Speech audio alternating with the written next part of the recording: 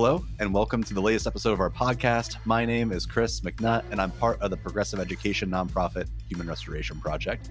Before we get started, I wanted to let you know that this is brought to you by our supporters, three of whom are Alexander Gruber, Julia Valenti, and Jennifer Mann. Thank you for your ongoing support. You can learn more about the Human Restoration Project on our website, humanrestorationproject.org, or find us on social media and YouTube. We're proud to have hosted hundreds of hours of ad-free conversations over the years, so if you haven't yet, consider rating our podcast in your app to help us reach more listeners. Today, we are joined by Dr. Kapono Ciotti. Dr. Ciotti is the executive director of What School Could Be, an organization offering a whole host of things, free resources, a flourishing community, coaching services, graduate coursework, and more. Plus, What School Could Be is one of HRP's partners.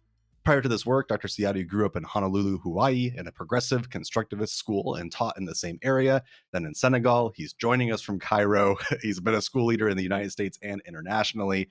He's worked in over 100 schools across 4 continents, including as national faculty for the National Association of Independent Schools in Diversity, Equity, and Justice. You can find his website and social links in our show notes. Thank you for joining us today, Kapono. It's a real privilege to be here. I'm a huge fan of Human Restoration Project and everything you guys are doing, and it's really it's nice to join you. Thanks for having me. Yeah, of course. And I appreciate your work as well. We're huge fans of What School Could Be just generally. And I got to dive into your work. I read the book that you co-authored.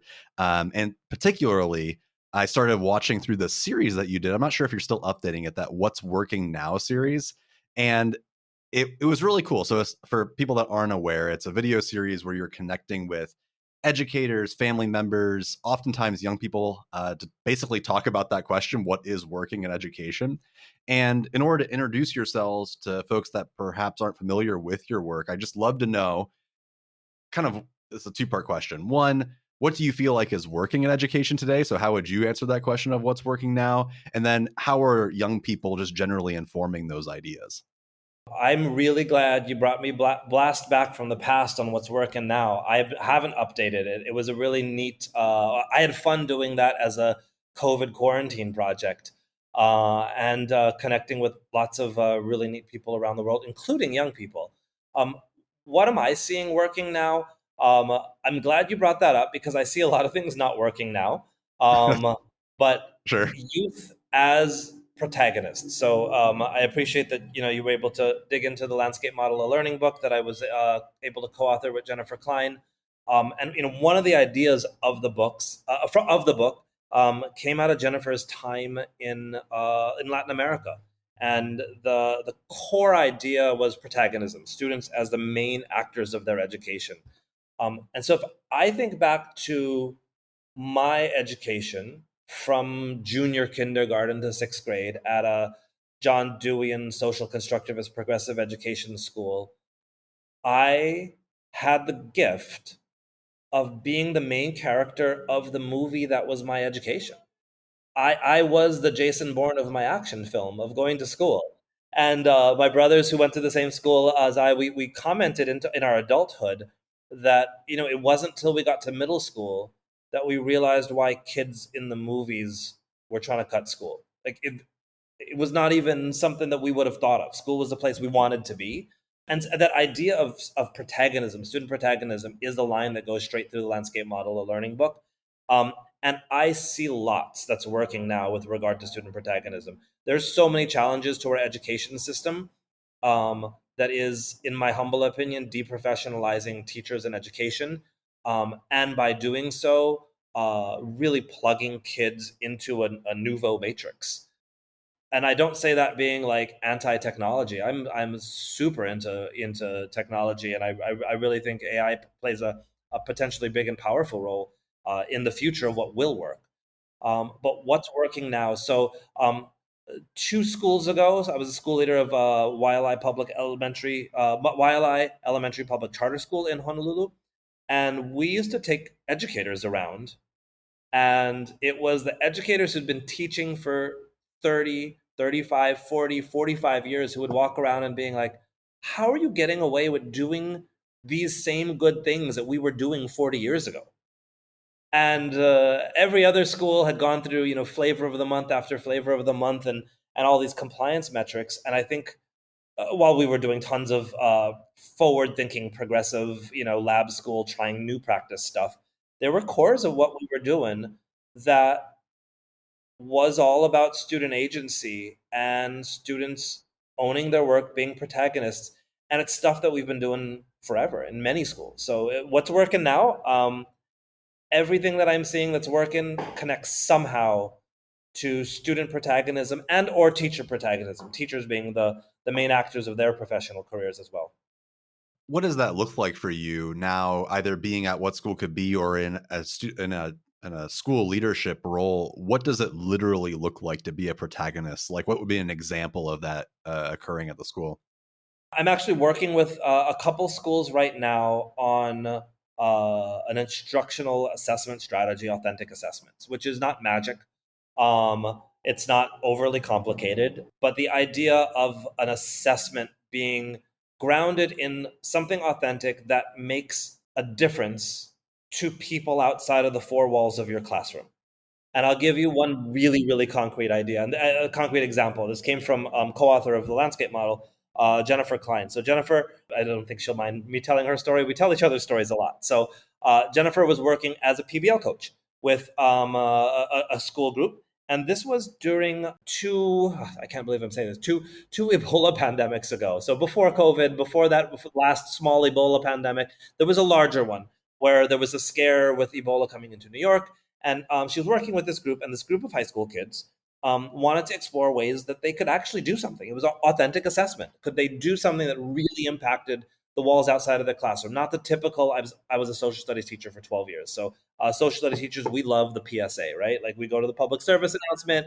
And this one, the teacher, with Jennifer's help, really wanted them to engage in learning and the assessment, the presentation of learning that really did impact outside the four walls of the classroom. That was more than just turning something in for the teacher or presenting to their peers. And so they'd come up with several ways that they could help impact positively this Ebola epidemic. And one of the groups came up with a public service announcement. But instead of having it be a video or a poster that they shared with their class, and 18 of them shared the very similar posters over and over again, Jennifer helped the teacher actually find a connection in Sierra Leone, somebody who was a radio DJ. Okay, so this might be a little bit of an ambitious exemplar. It doesn't need to be that far across, oceans and into another country, but it's just such a good one. So kids produced this public service announcement, much like kids in my social studies class when I was a far less sophisticated teacher when I was 23 and I had no idea what I was doing. Not that 23-year-olds all don't know what they're doing. I didn't at 23. And they produced a public service announcement to help people understand how to actually stop the spread of Ebola. And just so this wasn't like the all-knowing West helping a developing nation, other groups were producing public service announcements for an audience in the United States as to why they should not be xenophobic against this disease. But I'll go with the Sierra Leone side of this. So on the Sierra Leone side of it, the teacher was able to tell her students, what you do and what you produce is going to make a difference in actual lives. What you say, your research, the product of that research, the quality of your production could save lives. And if we do it wrong, it could hurt lives. And she said, I'm not going to let you send it if it's going to hurt lives, right? Like I won't put you in that position. But we have the opportunity to, do something real. So, I guess it would be a fine end to the story to say that, that authentic side of it, them being the main actors of learning and feeling like their actions, knowing that their actions, not just feeling, knowing that their actions was making a real difference in the world and impact.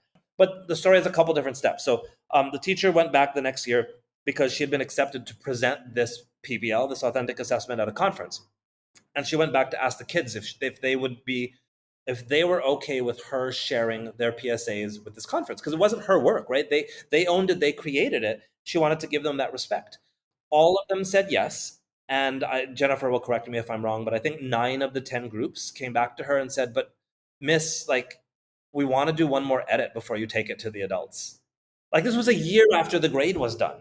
right? A year after the Ebola epidemic but they had such strong ownership of it and such strong pride in it because it had that impact.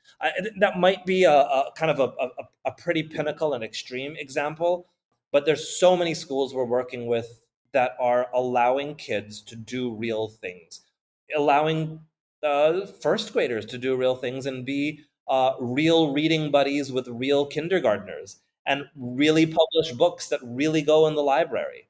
So, just a few examples. No, I think that's beautiful. I love the idea of purposeful classrooms being entirely based around what actually matters. And that sounds like common sense, but it is a quite radical action. And what's interesting is, I'm sure you find this in your work as well. Also, shout out, former social studies teacher myself, similar story, did a lot of PSAs. But I found as well that kids really resonated and appreciated projects that didn't work. So obviously, this is not the goal. You want it to be that pinnacle situation where things pan out and you have this really cool story to tell. But one that comes to the forefront of my mind, I remember we were working on this project in, I want to say like November 2019, where the idea was going to be that our school lunch sucked. It was one of the first things that kids identified as a problem with the school. Our school lunch was not good. And we basically did research on how can we improve school lunches in our social studies class. And we landed on this organization called the Chef Ann Foundation, which is a really cool nonprofit. People should look it up. And they help you write grants and give you a lot of resources to do from scratch kitchens. And we built ostensibly an entire design thinking project around this, where kids would travel around to different schools, see how their food sources work. There's one that was within 30 minutes of us that used a very similar process, and it was the best school lunch I ever had. And basically, once we did that field trip, they were sold. So we had all this like authentic PSA slash board presentation slash kids navigating the contractual codes of how school lunch workers work and doing empathy interviews with them. It was really complicated. And then March 2020 hit, and it basically never materialized into anything real. A whole year had passed. I think a lot of the kind of hype around it had fallen, and honestly, navigating that post 2020 was very complex to a point where it wasn't worth it. But I left the classroom in 2022. I still receive emails from students regarding that specific project on how much they, one, learned from it, but two, some of them work in schools, and they were talking about how they are using the Chef Ann Foundation to improve on their school lunches based on that work that we did. So even though it's not necessarily coming to fruition, the authenticity of it still translates, because in real life, it doesn't always work out. And that's okay. It doesn't have to be this fake manufactured thing. I don't want to take up too much of the podcast on these types of exemplars, but because I think in the work that you and I are doing now, people seeing, hearing, getting that like visceral, like what could this look like is so important. And what you said about like things not working, Waialae Elementary Public Charter School that I was at, the younger kid example of this is we did a market day with fifth graders. The typical like Dragon's Den, Shark Tank Yeah. come up with the Yeah. project. They need to get $20 investment from friends and family. We did the Shark Tank thing. They built it. They did one in winter break, and they sold it for this like winter festival. Made some money, and that money, or they didn't make money, and that money they donate. They did research and donated to a local nonprofit. And the teachers were brilliant in, like you said, letting kids succeed or fail on their own. And their grade wasn't tied to how much money they made, but they really felt ownership over how much money they made because they wanted to donate money to this nonprofit, right? But I think in that design thinking vein that you were just talking about, I love design thinking. I do a lot of design thinking trainings myself, and it's so tempting in how little time we have to do like one design thinking cycle and stop right before you get to like the reiteration of it. Like, oh, you got feedback, and now if we had time, you'd rebuild that. But we don't, so we're going on to the next thing.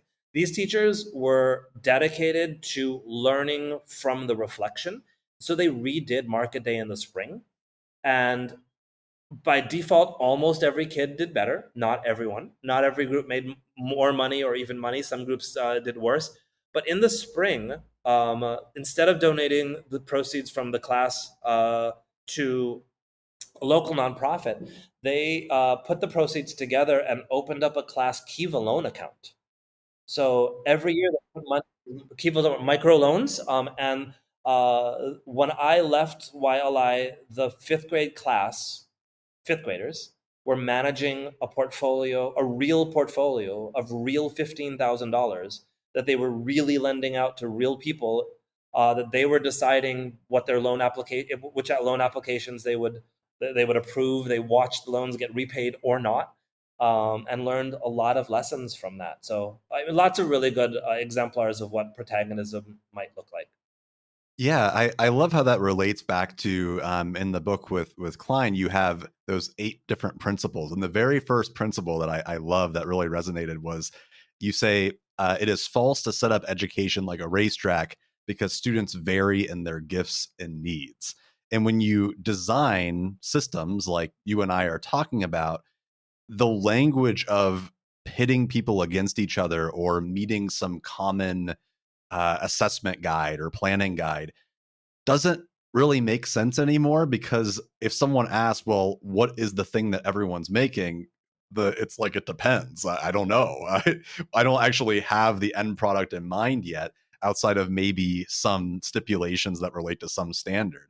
But it's going to look very different student to student on what's being presented and how it's being presented.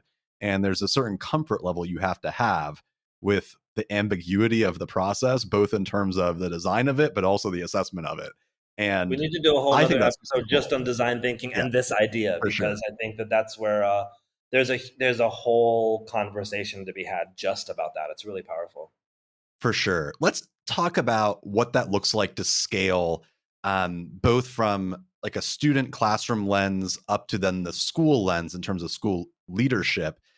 Also using an element from the landscape model for learning, which is this idea of the ecosystem, the horizon, and the pathway, which is ostensibly the ecosystem of learning, the landscape model. Could you describe a little bit about what that is, and then how that relates to scalability of these systems to school?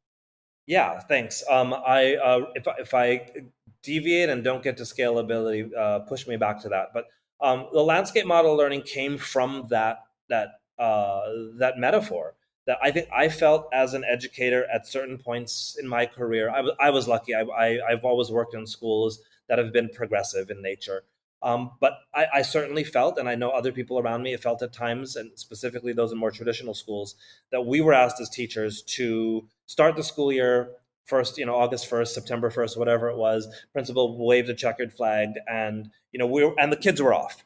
And if it were only that simple, right? If it were only that simple, if every kid started the year at the same day, if every kid started with the same, metaphorical F1 racer, if they all started with a full tank of gas metaphorically, if they all already knew how to drive at the same skill level, if, right? But it's not.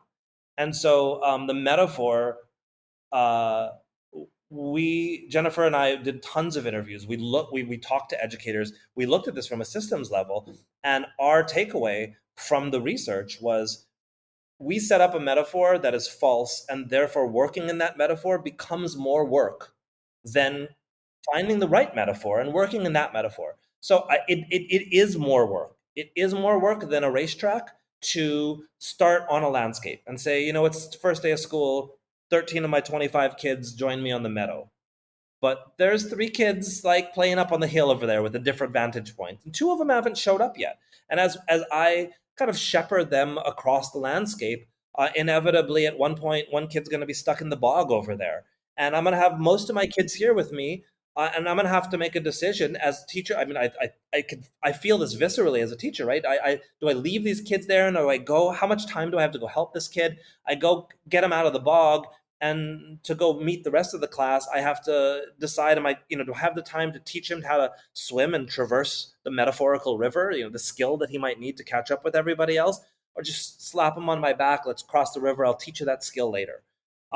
If we plan, and this is what I think progressive education schools do really well, if we plan for a landscape of learning, Yes, it's more work in planning. Yes, it's a more complex metaphor. But if we lean in and acknowledge that learning is messy, learning is complex, learning is not four C's, three R's, it can't be alliterated into a clean number of things. And if we plan for that living, dynamic diversity that is a landscape, the learning process itself is actually the teaching process, that symbiosis is actually quite a bit easier. Whether you're planning in some progressive schools like a multi-age setting, planning multi-age is really difficult. But if you plan and do it well, it can be so much easier because you are already starting from you're starting from the point of acknowledging that kids are different. And because I actually worked with an amazing child psychologist, and she always made this point. She said, until kids' brains are settled in and developed somewhere between the ages of 9 and 11, grouping them by 12 random chronological months is almost as random as grouping them by hair color or eye color. And that was her take on it. And multi-age is not the only answer for sure. But by the landscape model of learning asks us to, number one, understand the ecosystem and understand that the different students, the teacher, the culture, the place, the school, the community around us, all of this plays a role in the ecosystem. We shouldn't be setting up a situation where we feel like we're on the freeway and we get into road rage, which is what we feel in school a lot. That we are in an ecosystem, we all push and pull and interact with each other. The second element is the horizon, that kind of pushes on some of the work Yang Zhao has done, the jagged profile, that every kid has their own strengths, their own talents. Sure, as educators, we want to help them fill in their valleys, but also we shouldn't be filing down or acknowledge or ignoring their peaks and their genius. The kid who's going to go to Juilliard has a different profile than the kid who's going to go to Harvard Law, a different profile than the kid who I want as my ethical mechanic when my car breaks down, a different profile than somebody who's going to be a general in the army or a chef at a restaurant.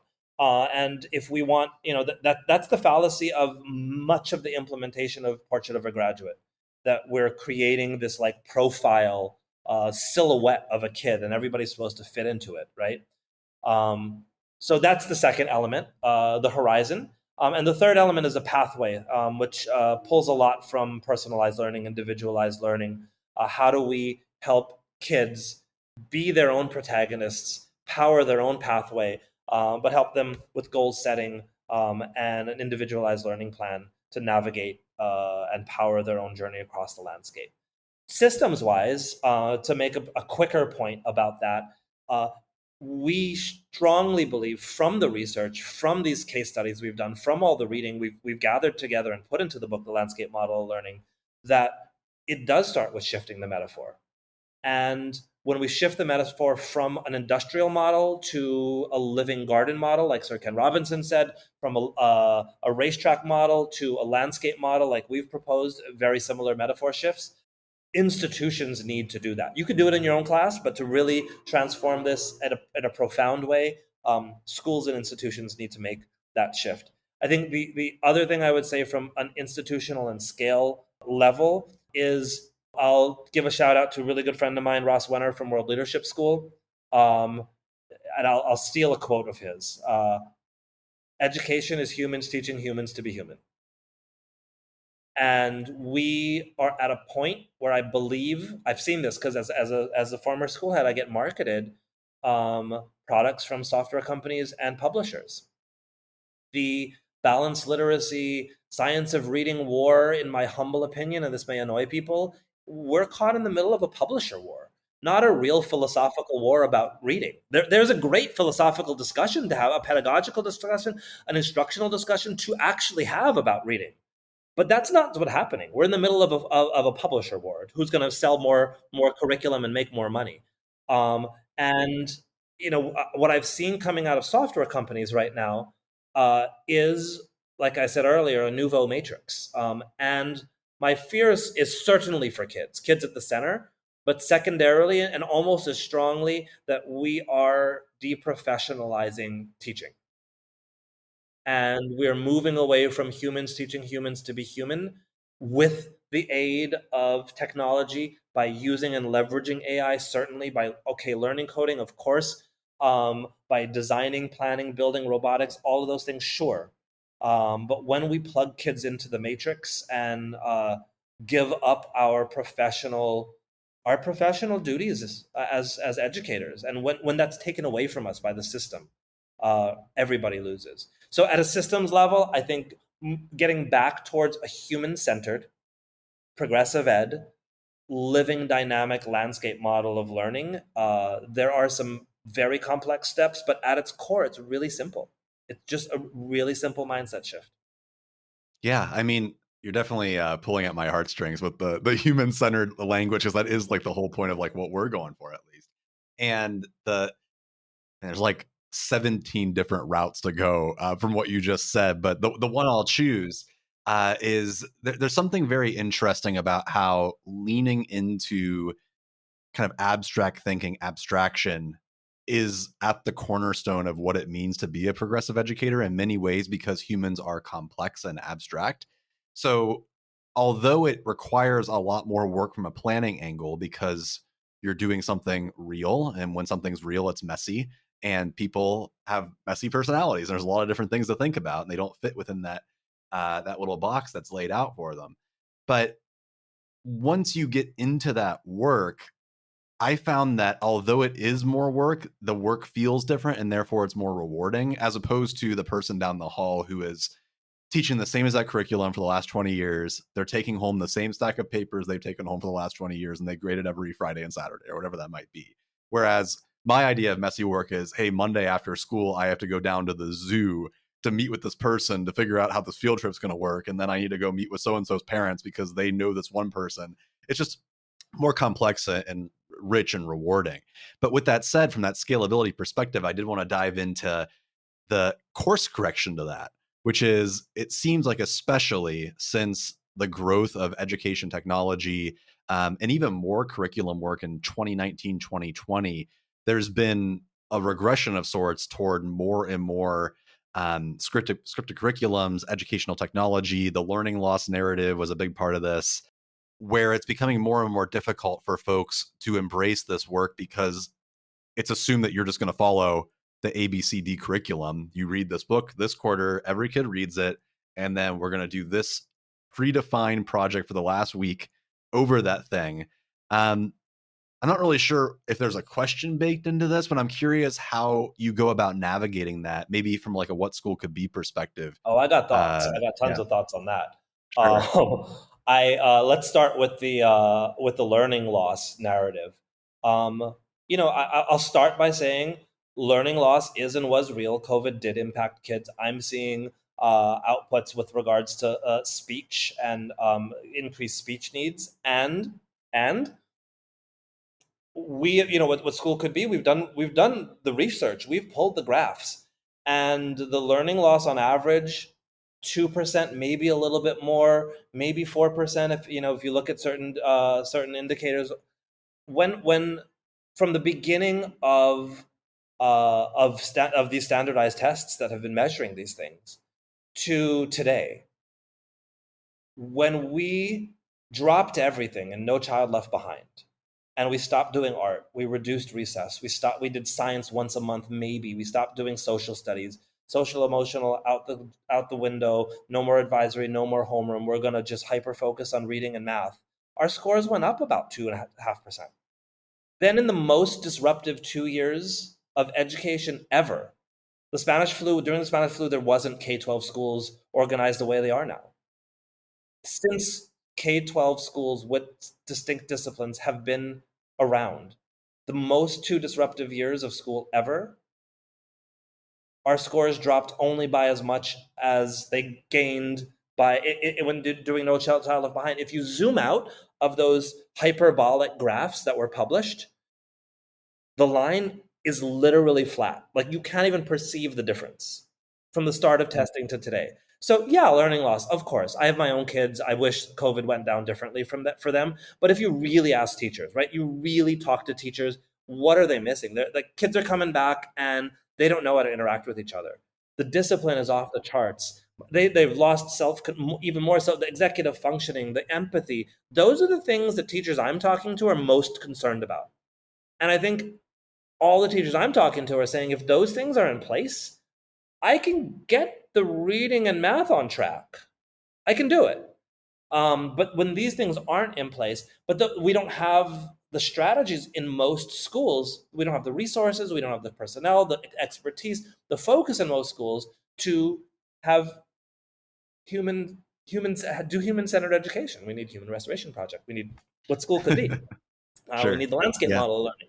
So, I think it's that learning loss narrative that I'm most focused on as far as what's not working right now. And I guess one of the things I would offer to people, what schoolcouldbe.org/survey. What school could be singular school. What schoolcouldbe.org/survey. I'll send you the link. It's fun. It's kind of like one of those like what Harry Potter houses are you? Yeah. It literally take like 14 and a half seconds. But the survey asks the question, what decade is your school preparing kids for?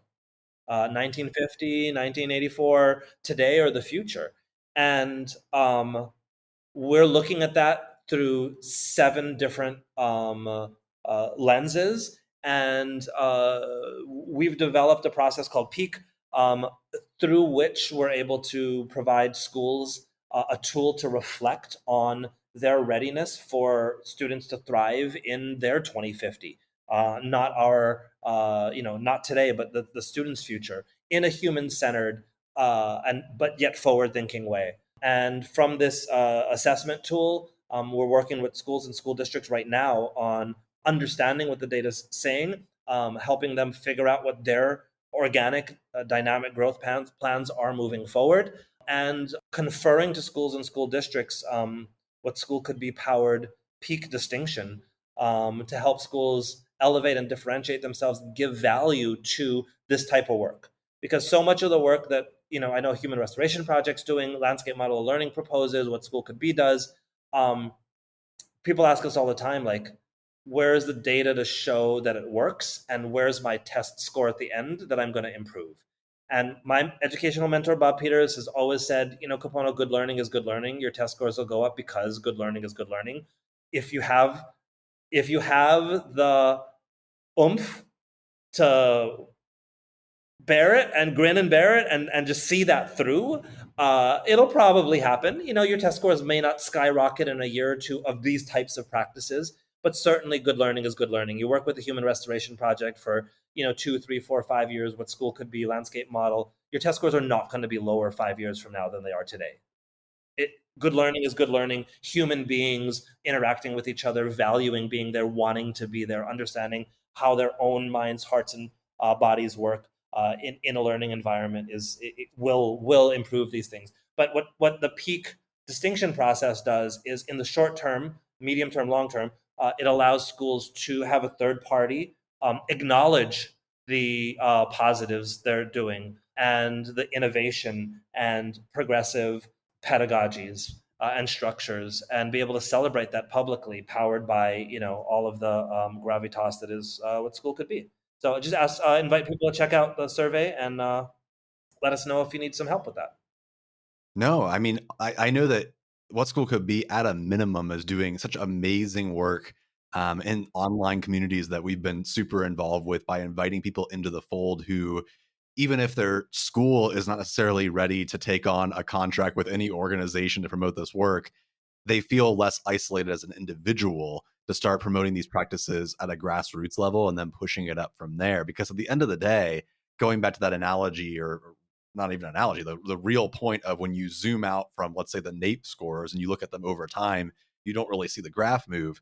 Where you would see the graph move is mental health, student engagement, the other things that we don't necessarily measure as rigorously as test scores, but at least in my opinion, are of a hell of a lot more important. And it just makes sense to me that if you believe that if you increase engagement and mental health at school, the test scores are going to follow no matter what. And if they don't, who cares? Like, the kids are more engaged and they're happier and healthier. It shouldn't be the end all be all that they got 2 more questions right on a multiple choice test on average. I would hope that isn't really what people show up to work for.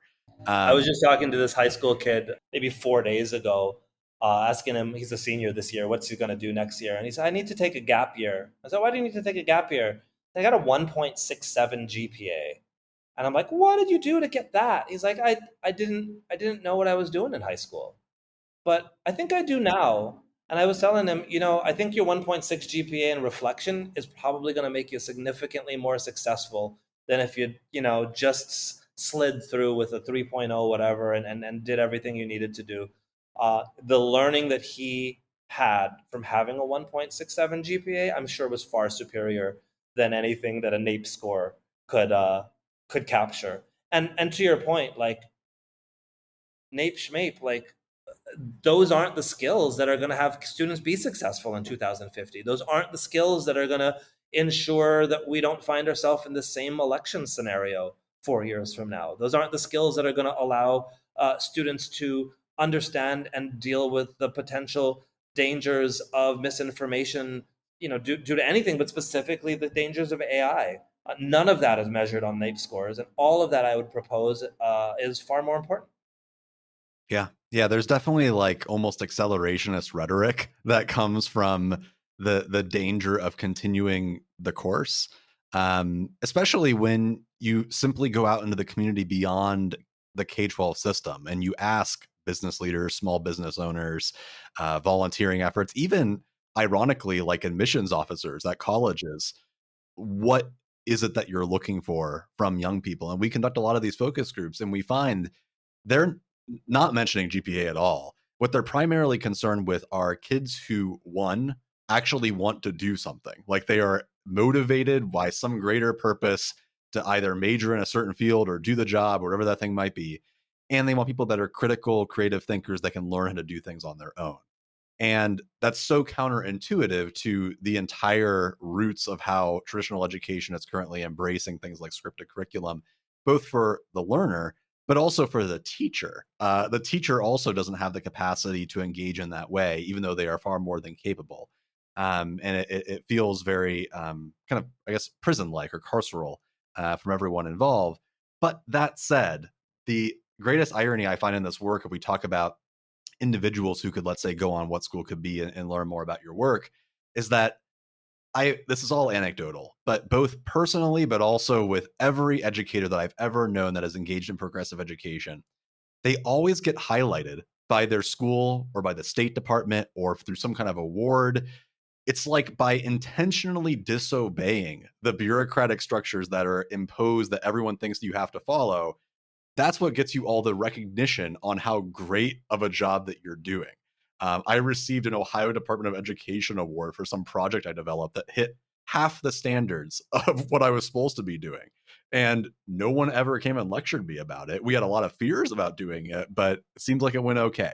And that seems to be a tale as old as time. And that's just, it's both novel, but also heartening to know that, like, if you just embrace this stuff and try doing it, a lot of those fears can be admonished. Although I do recognize the real tangible fear of like, well, what if it doesn't?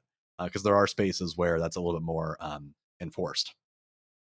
Yeah, that risk for people is hard. I get it. The systems change, therefore, is important to provide some cover, right? I think a little rain does have 1,000 flowers bloom in the desert. That's awesome.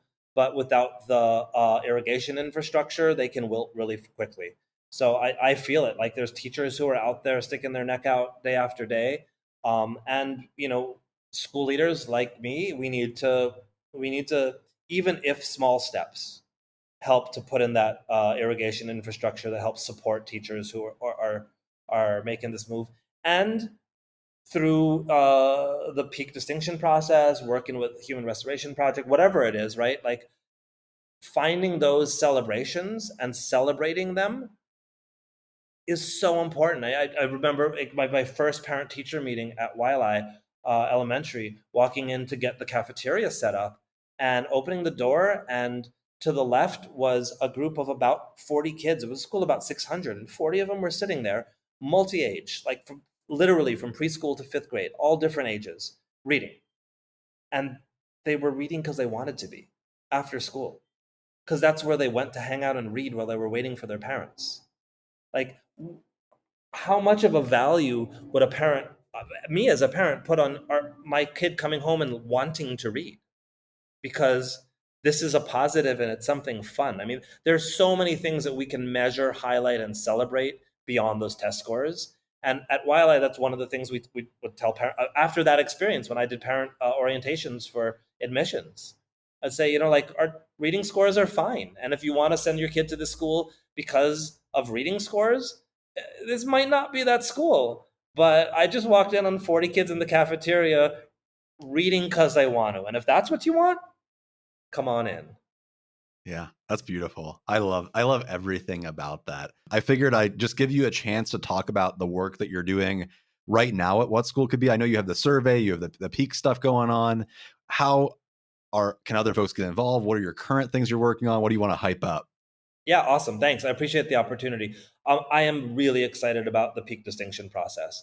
We are currently working with schools, school districts, and provinces in Canada, as well as a couple international schools and an international school consortium of 41 schools, using this peak assessment tool that we've designed to look at our 7 areas, right? So we were looking at our 5 What School Could Be playlist areas, so to speak, mobilizing your community towards an uplifting vision, students driving their own learning, that protagonism we were talking about, real world challenge, bringing the real world into school and students out into the real world, evidence of deeper learning, finding, elevating, and celebrating evidence of learning beyond the test scores, which is what we were just talking about, and caring and connected communities, creating communities that have a strong sense of belonging and caring. From the 5 playlists from What School Could Be, we've added to the peak distinction assessment, leading the change. How well is your school ready to lead the change? Which does include some, how well is your system and system leaders and senior leadership ready to lead the change, but also includes how well are we doing teacher leadership, distributive leadership, and community leadership, and then being future ready, which obviously touches on things like AI, but not just AI, because that is maybe the tip of a much bigger iceberg that I feel also has, climate change and social injustice and political unrest and disinformation and all those things under the iceberg, even though maybe AI is a tip of it that just is about to breach the hull. So we're working with schools, school districts, provinces, some international schools with this. I'm super excited about it. We're helping schools and school districts understand where they're strong in these areas, where they can develop. If we can help them develop, we have professional learning opportunities for schools to develop with us.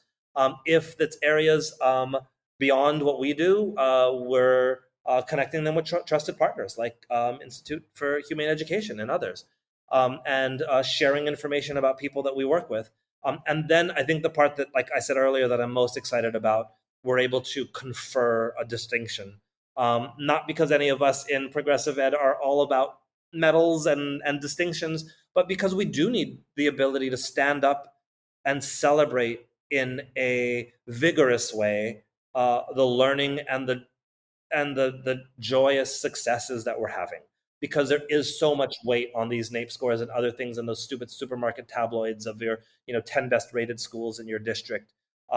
We need other metrics and we need other ways to celebrate. So they can find out more by filling out the survey at whatschoolcouldbe.org/survey, and we'll get back to you. They can email peak, PEAK, at whatschoolcouldbe.org.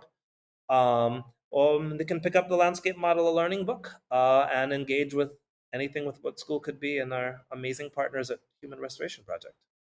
Hey, well, thanks, Kapono. I'll put all of those links in the show notes. That way folks can check them out and be sure to reach out to you. But thank you again for joining us on the podcast. It's been a pleasure. It's been amazing. Thanks for having me. Thank you again for listening to our podcast at Human Restoration Project. I hope this conversation leaves you inspired and ready to start making change. If you enjoyed listening, please consider leaving us a review on your favorite podcast player. Plus, find a whole host of free resources, writings, and other podcasts all for free on our website, humanrestorationproject.org. Thank you.